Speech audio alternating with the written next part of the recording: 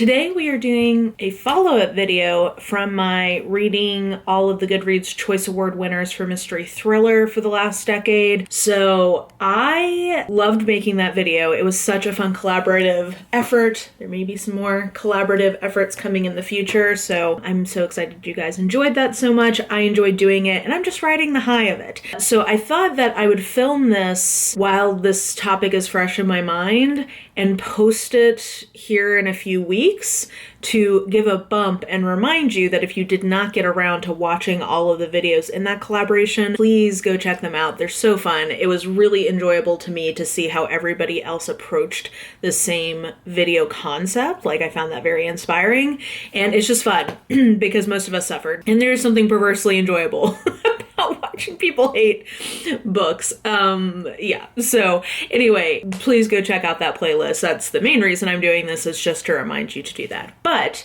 I will say that from that video, there were two ideas that people had that I was like, oh, I should have included that in the video, / I think it may have even probably been a part of the prompt, but I just didn't do it, which was like, what should have won instead? So today we are going to be talking about what should have won instead from two different sources. Because like in any given year, there's like so many mystery thrillers that are published. It's a very wide pool.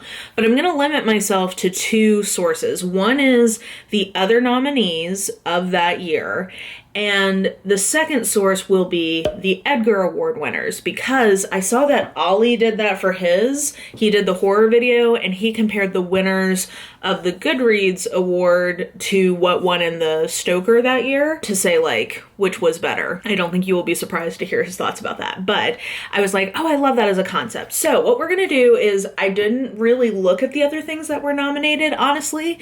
So I'm going to be reacting to what the other nominees were and telling you what I think should have won that year. So let's get our little screen recording doodad going here. So you can see that I'm here on my homepage and I'm clicking on See Winners.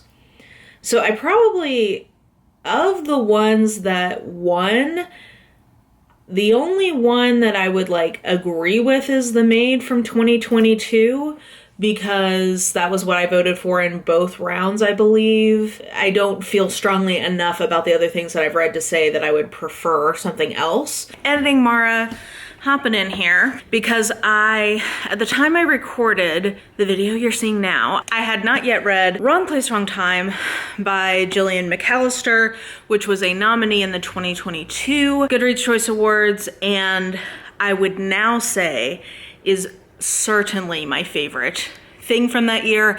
At the time, I voted for The Maid. I stand by that one as being my favorite at that time. But now that I've read this, I gave this 5 stars, and I definitely think it is superior. It has got really great character work. It has really poignant moments and themes to it, as well as a very interesting speculative mystery element, because every day the woman, our main character, is waking up a day in the past. So she's moving backwards through time, and she has to figure out why. It has something to do with this murder that her son committed in front of her, and she's basically like trying to figure out how to stop that from happening. So this would definitely be my pick now, which it would not have been at the time of filming. So little editing note. Let's check out the Edgar Award winner though. Best novel was 5 Decembers by James Crystal. Well, I haven't even heard of that, so let's see. Have I heard of any of the other nominees? Ooh, I would actually say Razorblade Tears would be my choice for 2022 if that is one that counts. So there you go. Okay, so 2022 is the least controversial. Then we'll just go back in time. 2021, as we know, the last thing he told me I thought was like aggressively mediocre. It was not for me. So let's see what the other nominees were. The runner-up was The Maidens, and I strongly dislike this. I think I have 2.2 stars here because it was a 1.5, but really this should probably be a 1. Let's fix that. I did not enjoy that. Stephen King, haunting my nightmares, showing back up again. I'm going to assume that I would not have enjoyed that had I read it. The Push, I've seen mixed takes on that, but I haven't read that one, so I can't say. Oh, interesting. Okay, so I've got ahead of myself. Sorry, I got distracted here. The Wife Upstairs, I have read recently, actually, and it was fine. I thought it was like a fun page turner kind of thing, but I didn't think it was anything like as a standout. It didn't stand out to me. Let's see. Okay, I DNF'd Rock, Paper, Scissors, so no for that. So what's going to come up here is the fact that the Goodreads Awards, they run from like, let's say November to November, versus I'm guessing the Edgar Awards are like the true year something was released. So there may be different books that are eligible in different years. So that might be a little difficult. But for the Goodreads list, I would definitely pick Razorblade Tears. I originally gave that a 4.5. I probably would go with more of 4-star, but I think that this is a really good revenge thriller. It has a lot of really great themes in it and a lot of discussion about like race, sexuality, toxic masculinity, aging. I mean, it's called Razorblade Tears and it will make you cry. At least it made me cry. So I have The Good Sister, but I haven't read it yet. It's in my wrapped pile, but I haven't selected it as of this filming. And then The Plot, I have a copy of and I'm going to read, but I haven't read it yet. Paula Hawkins showing back up, at least lower down. And then I did enjoy All Her Little Secrets. So from this lineup, I would certainly pick Razorblade Tears over The Last Thing He Told Me any day.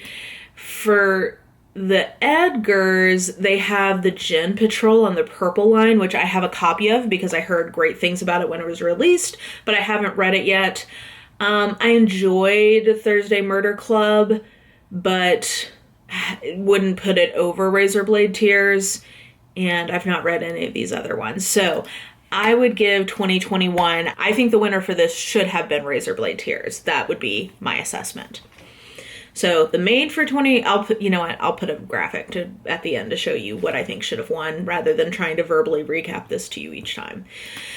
So 2020, the winner was The Guest List, yes, which I didn't hate, but was very disappointed in because the premise was one I should have loved and I did not love it, but it more than doubled the votes for Home Before Dark, which I definitely enjoyed more than The Guest List.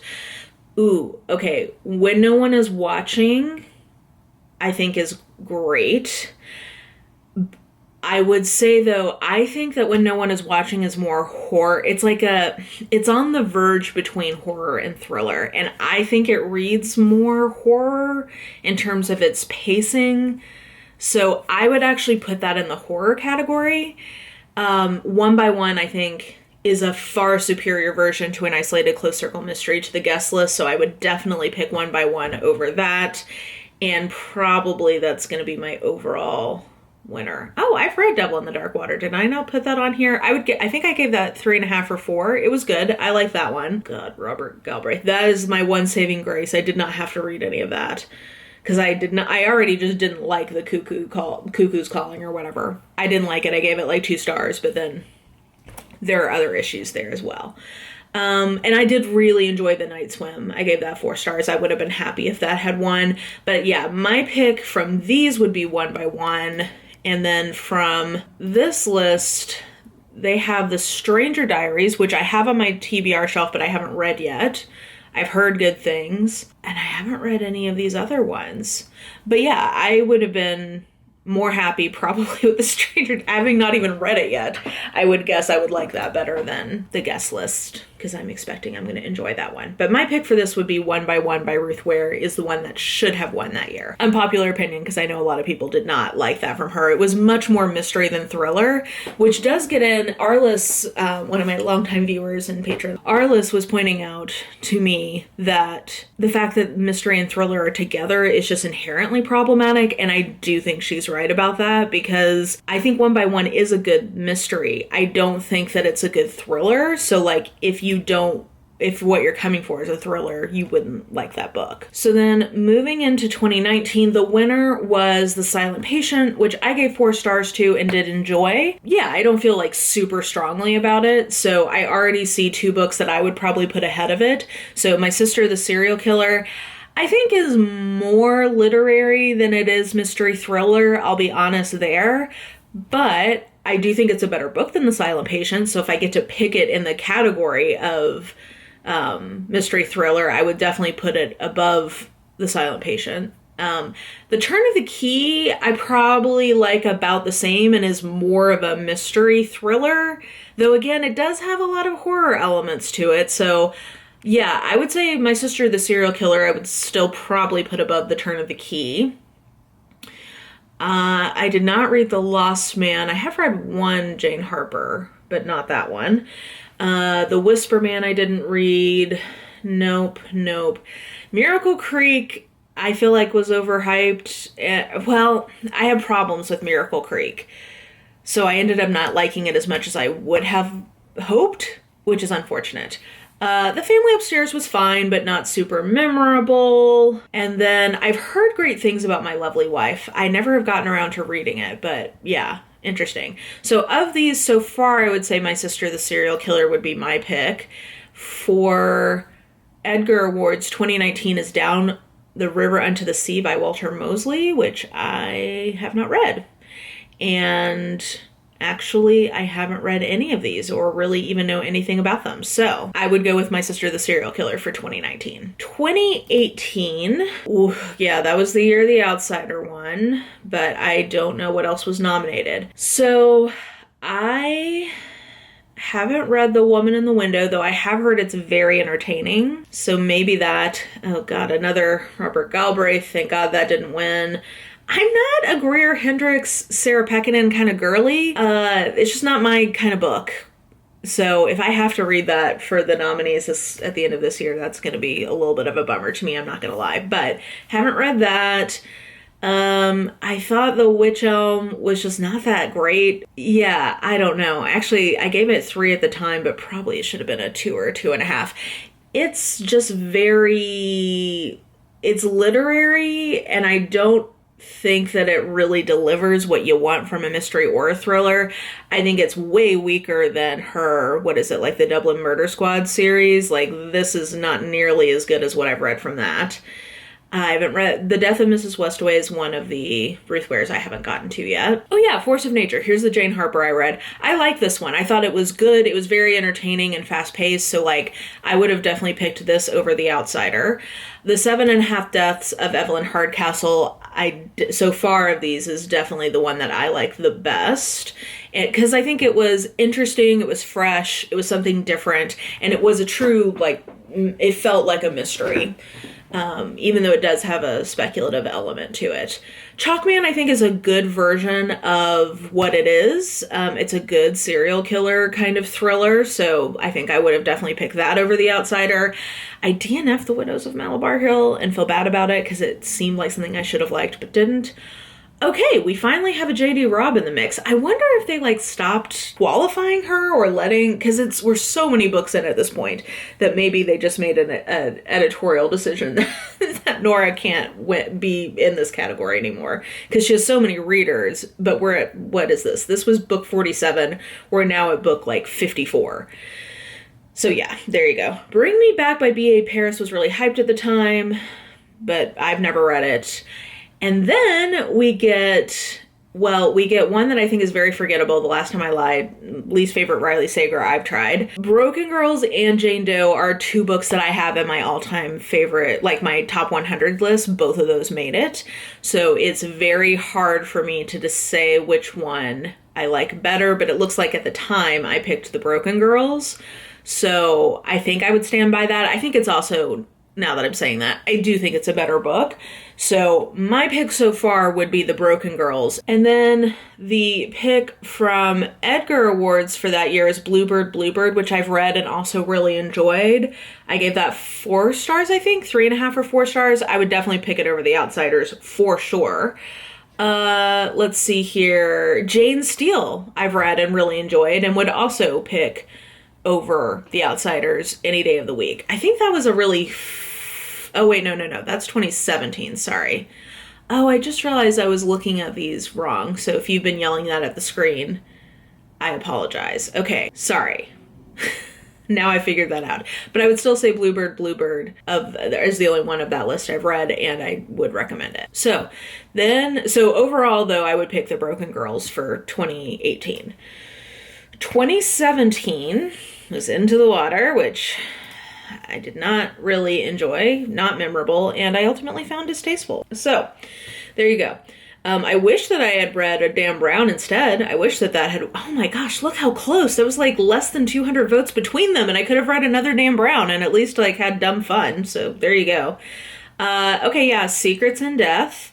I voted for this apparently, and sure, I gave it 4 stars. I definitely liked it better than Into the Water. I don't remember the In-Depth series, unless it's like a particularly memorable case, a lot of it ends up running together for me. So I don't remember what I thought about this one in particular. Oh yeah, no, this was a good one. Okay, yeah. So I would definitely pick Secrets in Death over Into the Water. Have I read any of these other ones? Maybe not. Okay, am I gonna have to by default recommend number 46 in a series? Perhaps. Okay, Before the Fall. Yeah. Okay, Jane Steele is one of these, and would I recommend Jane Steele or Secrets in Death? It's hard for me to tell you to jump in at book like whatever this is, so I might just by default have to give you Jane Steele as my recommendation. Number 45. You know what? We're going to go Jane Steele. I probably like Secrets in Death better, but I think that Jane Steele is a more appropriate one to pick as my recommendation for 2017. So there you go. 2016, we have End of Watch, which was my favorite of the Bill Hodges series. I don't know that that's saying a ton. Okay, oh god, see, here we go. Another in-depth book, 42. You know what? This one is one I think you possibly could start with, so I will allow that this might be one that I could recommend. Woman in Cabin 10, I think I also gave it 3.5. I would definitely put Woman in Cabin 10 over End of Watch. It's not a perfect book, and I can see why some people hate it. Like, it's a strong flavor, shall we say. But I personally really enjoyed it for the most part. Like, I didn't love it, but I found it very entertaining and enjoyable. I think this was my second Ruth Ware. Yeah, this was like my second Ruth Ware, and I enjoyed it. Brotherhood and Death, like I said, I really like this one, and I would say that you could I don't think it's ideal, but I think you could start with Brotherhood and Death.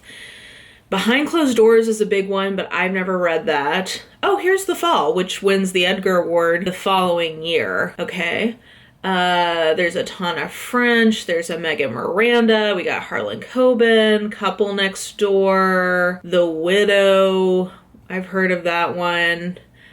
Okay, interestingly, so far, probably my recommendation is Brotherhood and Death, but let's see what they pick. This is 2016, yeah. Let Me Die in His Footsteps I have not read, and I have not heard of any of the others. Okay, so interestingly, I'm gonna have to go with book 42 in the In-Depth series and tell you I would recommend Brotherhood and Death. It looks like I didn't, oh yeah, I wouldn't have voted this year because this was before BookTube, and this is my BookTube Goodreads account. There you go. Okay, so that was 2016. Going on to 2015. Girl on the Train. Whew, we know that one is not for me. Sorry, battery died, so probably a slightly different angle here. Okay, so anyway, Girl on the Train, not for me. Finders Keepers, I did like better than Girl on the Train, but still not great. Obsession and Death. I only gave 3 stars to, and I don't think this is one you could start with, so that I don't think could be my recommendation. Hopefully I've read some of these other ones. Oh no. Okay, well, shucks. Are we about to be in the position of me recommending Finders Keepers? Well, I'm gonna tell ya. Okay, wait. Let's see here. Oh, this is an interesting little pickle here. 2015, what options do I have here? Oh my god.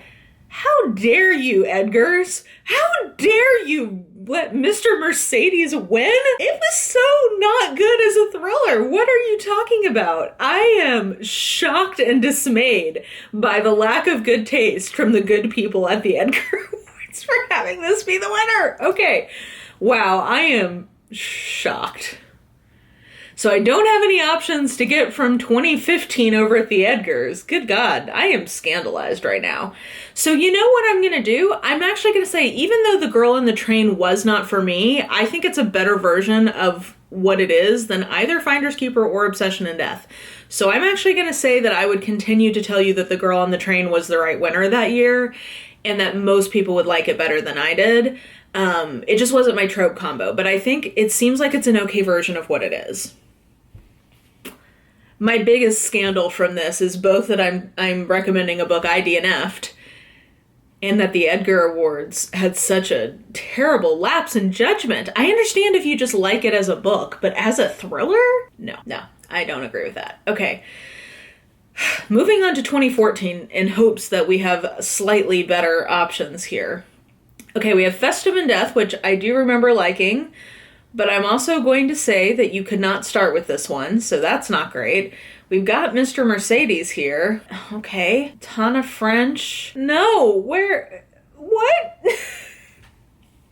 I refuse to say that I don't think that Mr. Mercedes is a good thriller, so I will not recommend that. I refuse to do that.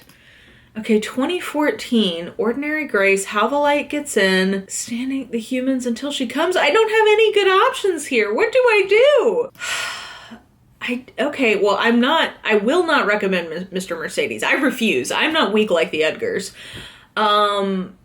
Okay, I'm torn here. I think probably what I would recommend to people is The Secret Place, even though I've not read it, just because I do like the Dublin Murder Squad books, and I think it's more of a standalone than Festive in Death is. But I also struggle with the idea of recommending a book I've not read.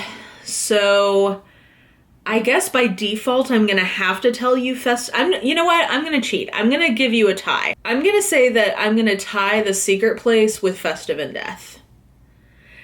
Which is a cheat. I know it is, but I don't think you should start with Festive in Death, but I've at least read it and can tell you I think it's a good one in the series. So I don't know. Man, the further back we get, the bleaker things are. I think because some of this was an era of contemporary mystery thriller that was not a favorite. Oh, also, I was still in grad school. That's part of it, is I was not getting to read much for fun at that point in my life. Wait, that was 2014. Yeah, I didn't have other options. Okay, cool. So finally, 2013. How are we doing here? See, I did not like Cuckoo's Calling when I read it. Not lying to you about that. I have actually heard good things about Joyland, which is why I've had it marked as want to read. But I don't know now. I've read some contemporary Stephen King. Who knows?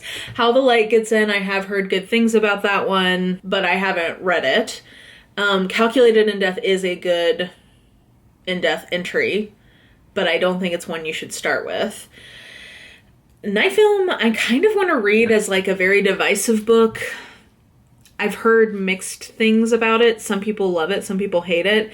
And I've heard that it has some like distasteful or problematic elements to it, but I might be down with that if it reads kind of more horror, which I've also heard, because that's kind of a part of the deal there. Okay, Joe Nesbo, no. The Silent Wife, The Shining Girls. I do want to read that, but I haven't yet. Okay. So far, I honestly probably would stick with Inferno as the winner, because it's accessible. It's not his best, but I think it's a decent time, and that might be what we end up having to go with. Okay, for this, Live by Night. Okay, Gone Girl is on the list over here. And you know what? I'm going to say Gone Girl is what we should do. Again, not because I personally love it. I think when I read it, I gave it like 2 or 3. I think I gave it 3 stars. Like, it was fine. But I think that Gone Girl is a much better representation of what was happening in the genre at the time. And again, similar to The Girl on the Train, it's not my favorite. Like, it's not for me. But it is a good version of what it is, so I feel good about recommending it in that sense. So I'm going to say Gone Girl is my winner for that.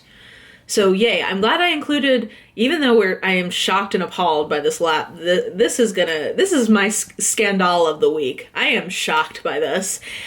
Aside from that, I am glad that we included the Edgars in my list here because I definitely needed some support from it for a few categories. Now I'm curious to just like scroll back a little bit and see what else won. I don't know. There's a discussion, there might be a future collaboration where we read award winners, and I'm interested in this list. I've not read a ton of them, but I do have several of them on my TBR. So anyway, not too mad about that. All that to say, hopefully editing Mara, you were taking notes about what was what. So let me run back through this real quick. Give some reactions on the differences between winners. 2013, I'm not agreeing with the winner of the Goodreads Choice Awards, and I am giving it to Gone Girl instead. 2014, I am cheating somewhat and giving a tie between Festive and Death and The Secret Place because I didn't have a lot to work with. So I'm strongly disagreeing with the winner from that year. 2015, I'm agreeing with the winner. I'm going to go with The Girl on the Train because even though I DNF'd it, I do think that it was the right winner for that year. 2016, we're going to go with Brotherhood in Death just because this is all we really have to work with. And it's one that I'm okay with people starting with that one. 2017, I believe this is where I gave it to Jane Steele over Into the Water. So I'm disagreeing with the Goodreads Choice Award that year. 2018, I'm giving it to The Broken Girls by Simone St. James. I definitely think the Goodreads Choice Awards got it wrong that year. That one they got wrong, I think. 2019, I'm giving it to the runner-up in the category, which was My Sister the Serial Killer by Oyinkan Braithwaite. Even though I think it's borderline if it really counts as a mystery thriller, I think it does enough and it's in this category, so I'll do that. And I think that one is a really great book. Highly recommend that one. 2020, I'm going to say they got it wrong, and I'm going to give it to One by One over The Guest List, though I can at least understand where that one came from. 2021, I'm going to say they got it wrong, and I'm going to give it to Razorblade Tears over The Last Thing He Told Me. And 2022, I'm going to say they got it right, and I'm going to agree that was the right winner. So I think I only agreed on 2 of them. Is that right? I don't know. Editing me, figure out the percentage. I think I agreed on like 20% of these winners overall. And this is if you were looking to do a retrospective of the best of mystery thriller for the last 10 years, this is the list that I would give you instead based on these nominees. Most years I feel pretty good about the choice, with the exception of a couple where clearly I had some trouble. But all that being said, those were my winners if I were picking the winners for the Goodreads Choice Award for the last 10 years. And yeah, like I said, I have fresh energy still for this project, which is why I'm recording it now. And I do really, really, really want to encourage you guys, if you have not gotten a chance to check out the playlist of the other creators who participated in this collaboration, this is my reminder to you to go do that because it was so much fun.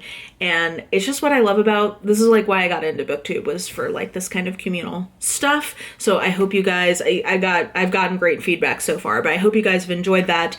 And if you had a couple of videos that you were meaning to get to and you just haven't yet, here's your reminder to go watch that. So with that being said, let me know your thoughts about all of the winners and what my selections were over that. Clearly, I've not read every book in the category, so that makes it a little more tricky. It limits my ability to have a full assessment of each year, but based on what I've read, those are my thoughts. And this does make me dread what I'm going to be getting myself into when I read all of the nominees at the end of the year. Say a prayer for me. All that being said, I hope that you enjoyed this video. If you did, please like, subscribe, follow me on the social medias if you are so inclined. I have all that information listed in the description box below, and I think that will do it. I hope you're having an absolutely lovely day today, and I will just talk to you soon.